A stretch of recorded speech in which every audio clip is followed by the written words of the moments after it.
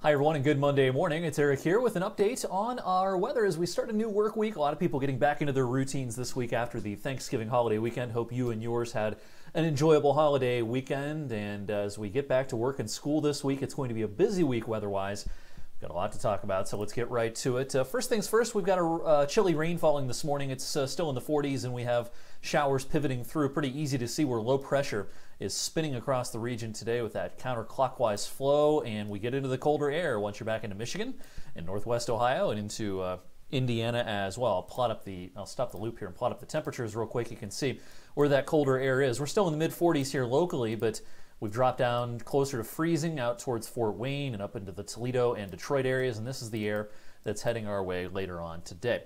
This is the last mild air we're going to see until next weekend, so enjoy it if you can. Too bad it's coming with a little bit of rain out there this morning. Temperatures will fall this afternoon. We'll reach our high this morning, but as I roll this forward, here comes the colder air, whoosh.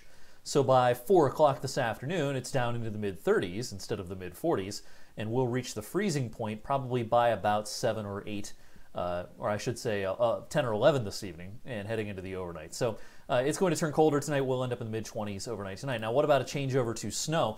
We will see some rain showers around through a good chunk of the afternoon. They'll kind of come and go. Then as that air cools later today, especially towards sunset and into the evening, I would expect to see some wet snowflakes here and there. I don't think this is going to be impactful.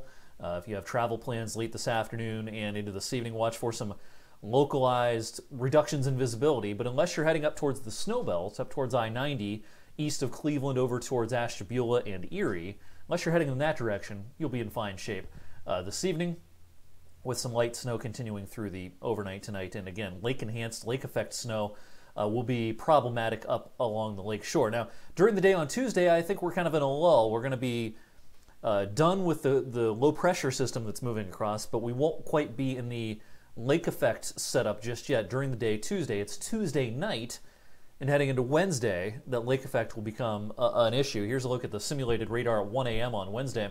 2 a.m., there's some pretty good bands trying to set up here off the lake, and this is where travel problems can set up, especially, of course, in the lake effect prone areas, mostly north of Interstate 80. The farther south you are, the fewer problems there should be. But yeah, Tuesday night and heading into the day on Wednesday, this is a pretty good lake effect setup across the valley, and especially up across the snow belt. Now, with tonight's kind of general snow with a little lake enhancement to the north, I'm not expecting much accumulation in our television viewing area tonight.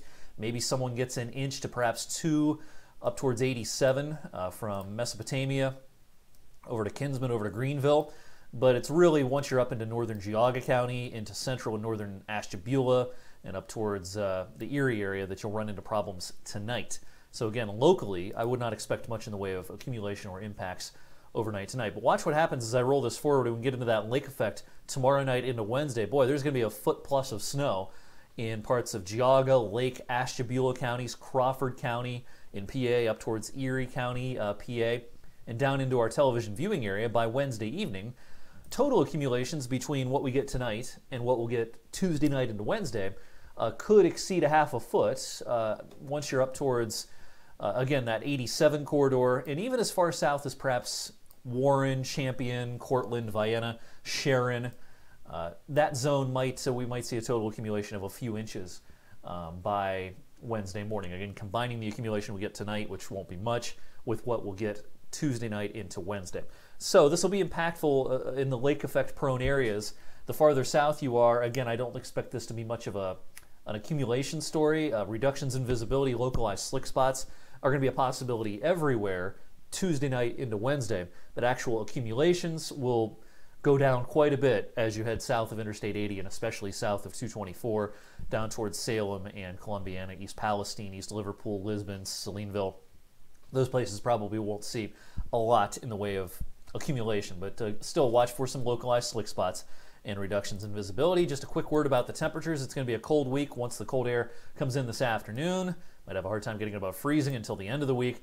A weekend warm-up is in store, but after that, yeah, it looks like a pretty cold pattern once again as we get into that second week of December. I'll have much more on the longer range this evening on weather for Weather Geeks. I'll have an update on the snow accumulations, impacts, everything else you need to know. Coming up this evening on 21 News at 6 and 11. Have a great rest of your Monday.